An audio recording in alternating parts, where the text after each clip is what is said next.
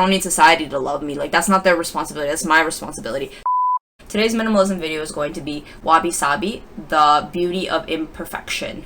Wabi-Sabi is, I think, a bit more obscure. It may be not as frequently talked about in the minimalism community, but that's something that I wanted to talk about. What is Wabi-Sabi? I first came across this concept. I was watching CK Space, and he really likes that aesthetic, and it's this idea that, like, it's a Japanese concept where things are beautiful because of their imperfection. And I was like, I love it. I love it. If you guys have followed me for some period of time, you might know that I'm a Buddhist. I mean, I was born Catholic, but I've been practicing Buddhism for, I think, like about 2 years now. And in Buddhism, there's this idea that you are complete and that your flaws are part of your beauty. So this idea of Wabi-Sabi was just so exciting because there's another Japanese concept where, like, pottery breaks and they glue it back together with gold and it looks even more beautiful. What does this mean in terms of minimalism? What does this mean for us? In my minimalism journey, before I became a minimalist, there was a lot of things that were wrong with me. I definitely wanted to be perfect, and I wanted to be the best, and I wanted to be successful, I wanted to be rich, and I wanted to be thin. And who I was just not enough. I definitely wanted to always buy new things. Things had to be perfect. Things had to be new, shiny. But in my minimalism journey, I've definitely come to embrace the beauty that there's to be had in imperfections. Those scars that happen in our lives become the most beautiful things about us. If you've ever read novels, we love a good novel where everything bad happens to the protagonist and they go through real.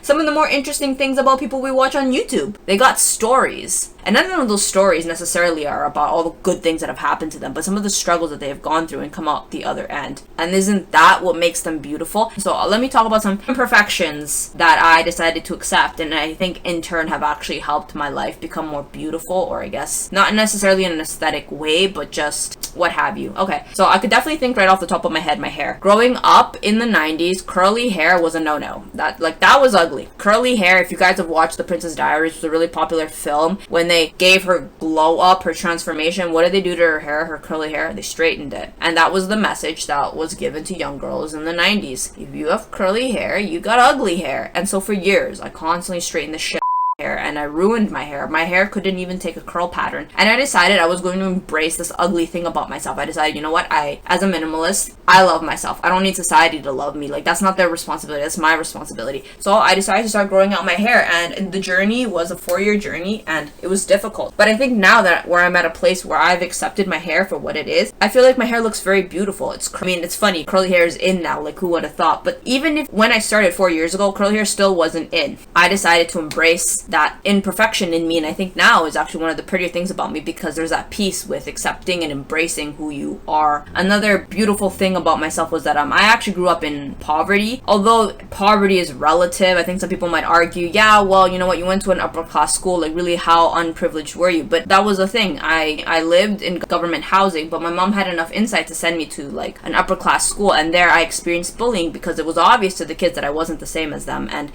what kind of beauty is there to be found in that? And such an experience growing up in poverty and then being bullied for it? Well, it was this idea that I don't judge people on their societal status because of it. I have a lot of compassion for others, and I also don't glorify having money because those people have money. Did that make them better? Did that make them better people? No. The most important thing is a person's character, not their social status. Another ugly quote-unquote imperfection that I had that now I embrace is that my weight. I was actually also bullied for my weight in high school and in middle school too. And it's funny, curvy is in. I really do applaud Kim Kardashian for having made the curvy, thick look be something that's in. Having grown up in the 90s was also not a very fun time. If you weren't a thin, rich, white girl, I definitely find a lot of beauty in having a very feminine body, very like curvy body. When I decided to embrace that in my minimalism journey, I was like, you know what, I'm sick and tired of trying to contour my body to be what society wants it to be. I have to love myself. So I started loving my physical body, and in doing so, I was able to cure my eating disorder. I no longer felt that I had to be a certain aesthetic, a certain weight range in order to be accepted and loved by others. I decided to do it for myself, and I decided that if I'm gonna look disgusting to society, I'm just gonna be fat. With my eating disorder thought process, that's what I thought. Like, I'm just gonna be fat. I realized that actually I have a really beautiful body now. Like, I think my body is beautiful. It's very feminine. It's an actual woman's body, as opposed to when I was trying to be completely flat-chested and have chicken legs for feet. So what I'm trying to say is that Wabi-Sabi is that I embrace all of the things that I thought were not perfect, the things that I thought were ugly in me. Decided to embrace them. I was like, you know what? Like, I'm gonna be a minimalist. Decided to declutter it. It. You know what? Like, I've had enough. Because you know what? Society always tells us that everything of value needs to be brand new and shiny, and if it isn't, then you know what, screw it. I don't think that that's a way that we need to live our lives. So thank you for taking the time to watch this little video of mine.